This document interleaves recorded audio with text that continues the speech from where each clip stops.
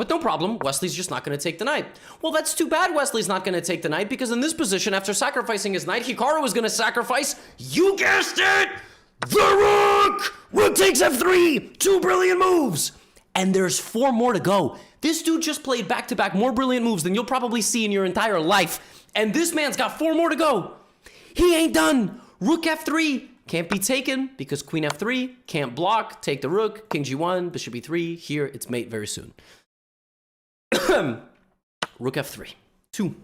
Now Wesley takes the bishop. The most incredible thing about the move rook takes f3 is that not only are you sacrificing a knight and a rook, you're also sacrificing a bishop. There is just a purely hanging bishop here, and Wesley takes it and is now up 3 points of material. But that's great, because if you didn't take my rook when it was on f3, certainly you might take it when it's on f1.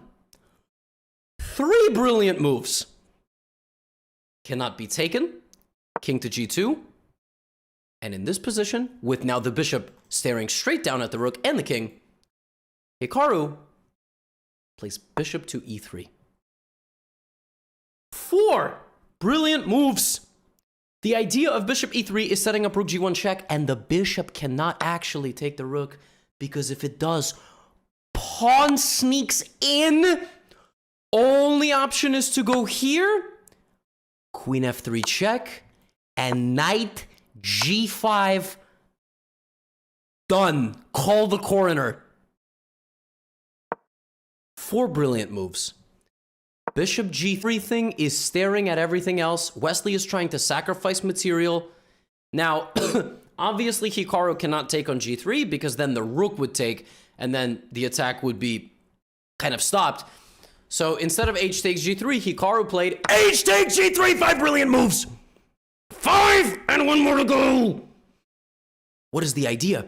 Well, this is the idea, folks. This is the idea, because after rook takes f1, now that the pawn moved off of the h4 square, knight h4 check, king comes out, and now it's time for the walk of shame. Queen h6.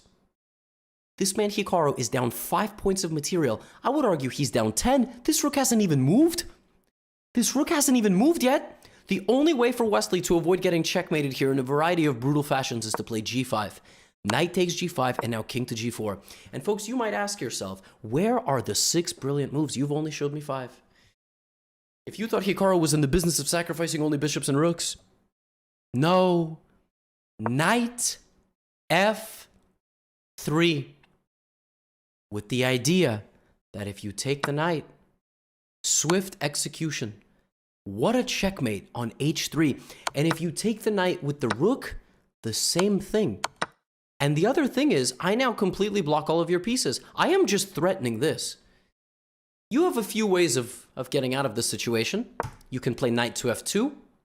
And now, Hikaru ends the game with utmost precision by playing queen to h4 check, king to f5, and the rook gets a turn. Rook f8 check, king to g6. He sacrifices the rook again. King takes f6, double check with the knight and the queen, king g6, queen g5, check, mate. Aren't you glad you watched the entire game?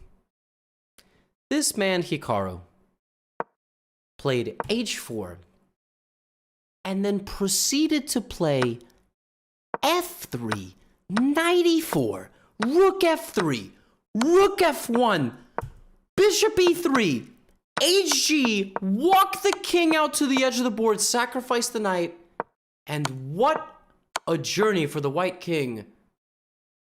Brutalized in the most egregious of fashions. What a win. 6 brilliant moves in one game.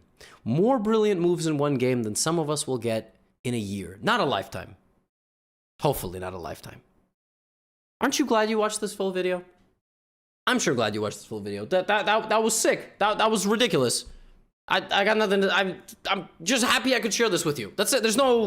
I got no outro. This video is not sponsored by anything. Just enjoy your day. Play more chess. Maybe one day you'll do something like this from the white side. Get out of here.